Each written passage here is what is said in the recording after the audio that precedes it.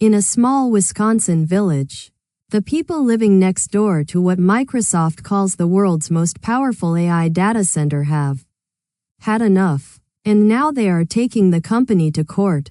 From a class action over round-the-clock noise to a Kentucky lawsuit that hinges on a tiny cemetery from 1902, to newly released emails revealing who really scripted a governor's veto, the battle over America's data center boom is getting personal, and the money behind it all just keeps climbing. We begin in Sturtevant, Wisconsin, where living next to the future sounds like a jet engine that never shuts off. On July 1st, 3 residents filed a class action lawsuit against Microsoft over its $7.3 billion Fairwater data center, the same facility Chief Executive Satya Nadella has celebrated as the world's most powerful AI data center. The suit covers households within a mile and a half of the site, an area holding more than 1,000 homes, including parts of neighboring Mount Pleasant.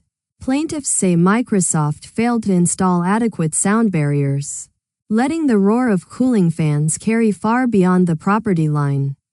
Along with construction dust, traffic, and light pollution bright enough to wash out the night sky, Microsoft acknowledged the noise problem in June, blaming cooling fans running at excessive speeds.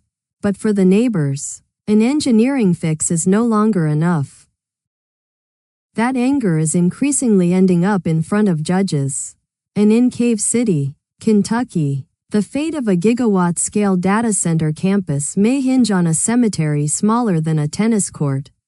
A new lawsuit filed in Barren Circuit Court claims the city illegally annexed 245 acres of land, because a tiny burial ground called Shaw Cemetery, just 0.09 of an acre, recorded as a separate parcel since 1902, sits inside the tract, and its owners never consented in writing. If a judge agrees, the entire annexation could be voided, and it is only the second legal front in town. Developer Kentucky Industrial Alliance is already suing to overturn Cave City's 12-month data center moratorium, which froze its plans for roughly 381 acres near Interstate 65. A pivotal hearing is set for July 20th. From the courtroom to the State House. In Maine, newly released emails are raising uncomfortable questions about how a first-in-the-nation data center ban actually died. When lawmakers passed a statewide moratorium this spring, Governor Janet Mills vetoed it. Now, records obtained by the Bangor Daily News show a developer helped script that outcome. Tony McDonald of the Boulos Company had been coordinating with officials in the town of Jay since late March, first drafting language to exempt the local project, then pressing for letters of support explicitly meant to give the governor, quote, cover for her veto. Town selectmen sent the letter. A labor union was recruited to lobby against an override, and the override failed. Here is the bitter twist. The J project collapsed anyway, with developer Sentinel walking away from the site in June. Meanwhile, the sheer scale of this build-out is reshaping entire regions. Just look at Cheyenne, Wyoming. Officials in Laramie County are now weighing a temporary worker camp housing up to 5,500 construction workers, needed to build the wave of data centers rolling across the High Plains. 10 data centers already operate in the county, and 14 more are in planning or under construction, driven largely by Microsoft and Meta. If built at full size, this single camp would hold more people than 84 of Wyoming's municipalities. A small city of hard hats, parked next to a state capital of just 66,000 residents. The county's planning director argues it is actually the safer path. Better to keep an estimated 6,000 workers concentrated in one managed location than scattered across every small town in the region. And all of that construction feeds one voracious appetite: electricity. During the recent heat dome, The strain finally hit a breaking point. PJM, the nation's largest grid operator, forecast demand of more than 166,000 megawatts, blowing past an all-time record that had stood since 2006. The federal government stepped in with 2 emergency orders, authorizing PJM to push data centers onto their own backup generators and even waive power plant pollution limits to keep the lights on.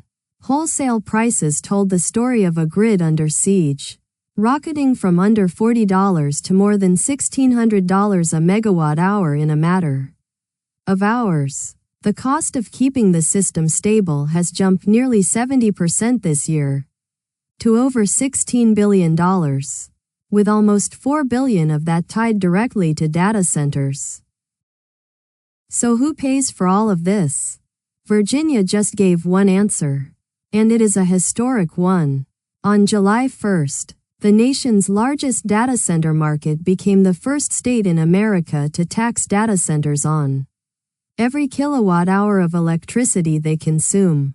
The new levy charges 1.1 cents per kilowatt hour, and it applies whether the power comes from the utility or from a company's own on-site generation. Budget analysts expect it to raise roughly $600 million a year for the state's general fund, with refunds owed if collections run over the cap. The tax is set to expire in mid-2028 unless lawmakers extend it.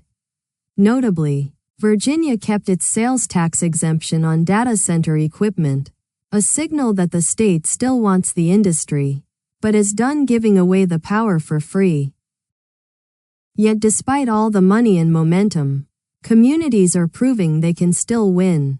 In Hoffman Estates, Illinois, developer Caris Critical withdrew its rezoning petition for the Plum Farms data center just 5 days before the village board was set to vote.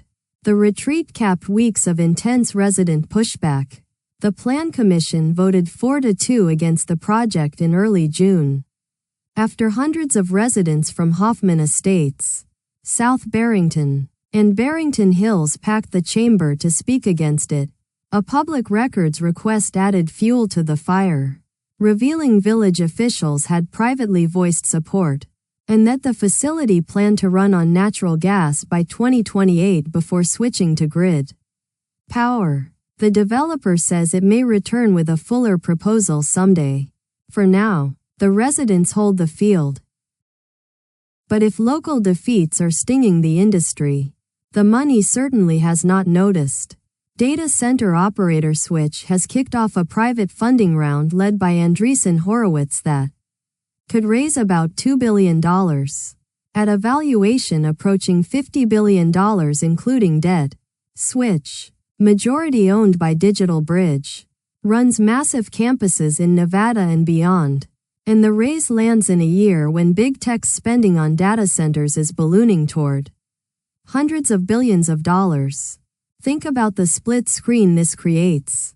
Neighbors filing lawsuits over noise, counties writing moratoriums, states inventing brand new taxes.